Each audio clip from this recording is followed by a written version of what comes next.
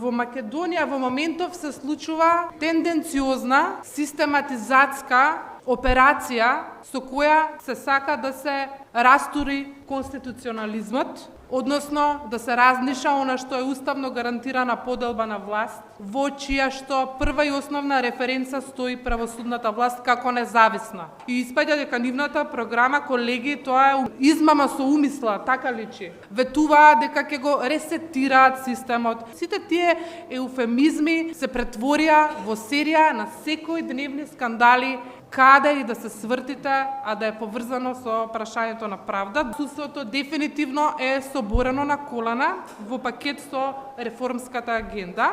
Ветува, например, дека ќе има правда за неправедно осудените, а наместо тоа нема ниту правда, ниту надеж за правда. А тоа, за жал, највише можеме да го посведочиме во однос на третманот на мајките на жртвите од Кочани. Далеку се од разбирањето на поимот на правдата, но добро разбираат како систематски да воспостават авторитарна партитократија поддржана со кронизам, кое што има единствена цел целосно да го поклопи правосудниот систем под нивна контрола. Ниту сакаат да имаат судии независни, ниту имаат таква намера. Сакаат послушници